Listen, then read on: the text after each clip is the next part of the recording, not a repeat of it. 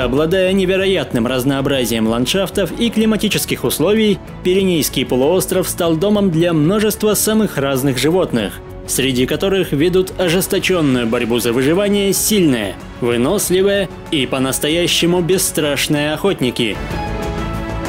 Изолированные от соседних популяций, эти хищники получили особую внешность и уникальные навыки, позволяющие справляться практически с любой добычей.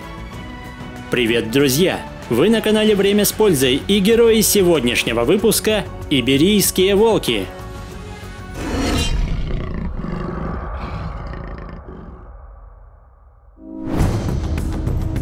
Иберийский волк – один из более чем 20 ныне живущих подвидов серого волка.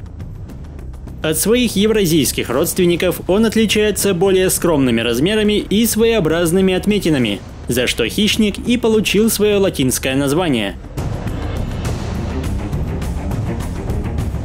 Масса самцов редко превышает 45 килограмм, самки же весят в среднем на 10 килограмм меньше.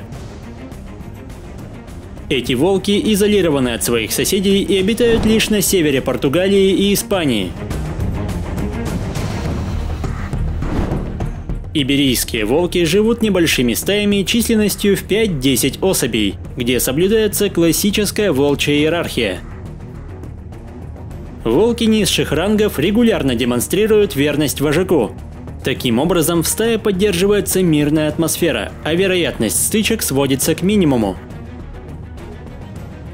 Основными объектами внимания волков становятся многочисленные крупные копытные. Благодаря множеству естественных укрытий эти хищники лучше других освоили нападение из засады. В былые времена местные жители считали, что пронизывающий взгляд волка способен парализовать цель. Но на практике выслеживание все же заканчивается погоней. Охотники обладают невероятной выносливостью и могут подолгу преследовать добычу, хотя и олени – превосходные бегуны. Однако обилие препятствий и нарастающая паника рано или поздно приводят к ошибке. Отбившаяся от стаи особь обречена. –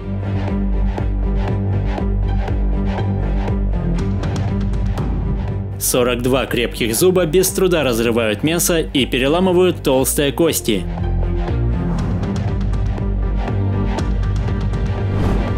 Иберийские волки прекрасно приспособились к жизни в горной местности.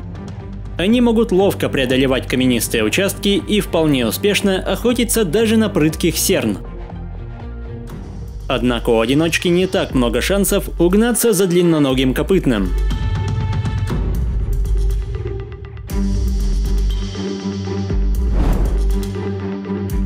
Кабаны являются особым деликатесом.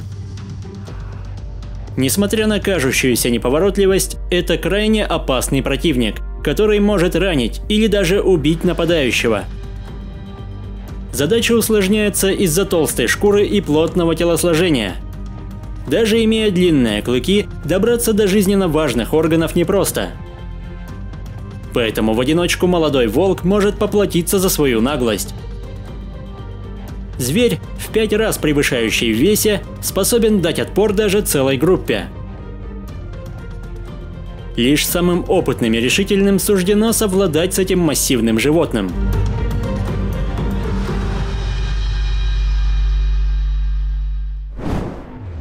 Как и в других регионах, местные волки нередко конфликтуют с медведями.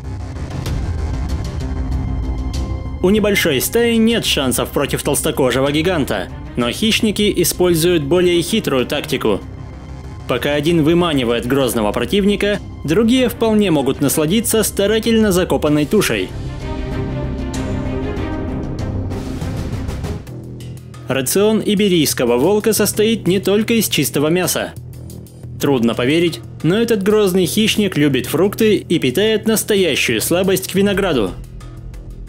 Богатые витаминами и сахаром ягоды поглощаются в огромных количествах с большим аппетитом.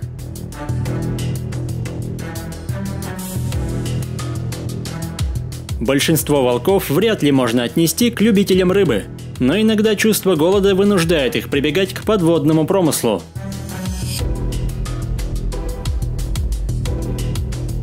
Также иберийские волки хорошо плавают и не оставляют без внимания дары моря. Как и другие сородичи, эти хищники очень территориальны, и любое нарушение границы может обернуться жестоким наказанием вплоть до смерти. Но в данном случае вожак проявляет милосердие и дает заблудшему волку шанс удалиться. Учитывая относительно скромные размеры хищников, их добычей часто становятся проворные кролики. Это непростая цель, но методом проб и ошибок молодые волки обретают необходимые навыки. Готовые к быстрой смене направления, они ловко захватывают беглеца крепкими челюстями.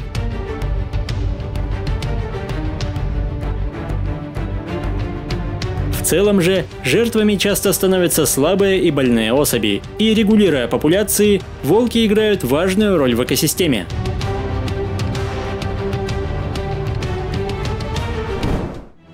Пиренейскому полуострову характерна теплая зима, но в горных районах ситуация бывает непредсказуемой.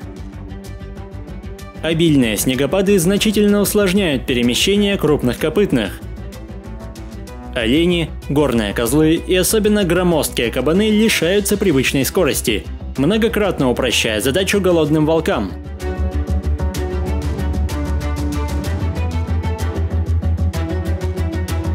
В конце концов, измотанная цель попадает в ловушку, а командная работа ускоряет ее незавидную судьбу.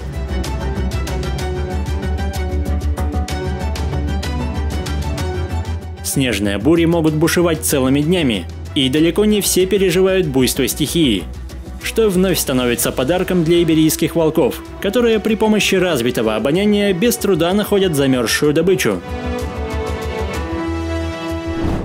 Как и у близких родственников, право на размножение есть лишь у альфа-пары. Однако в преддверии брачного сезона обстановка в стае может накаляться вплоть до смены лидерства. Потомство появляется на свет весной, и все члены стаи вносят посильный вклад в воспитание и защиту малышей, которые быстро растут, обучаются охоте и начинают делать первые шаги к самостоятельной жизни. На протяжении десятилетий местные жители усердно истребляли иберийских волков. Следуя инстинктам, последние наносили огромный урон фермерам, исправно задирая одну овцу за другой. Специально для защиты стада в Испании вывели особую породу собак. Это испанский мастиф, невероятно сильный и смелый охранник, который может весить вдвое больше самого крупного волка.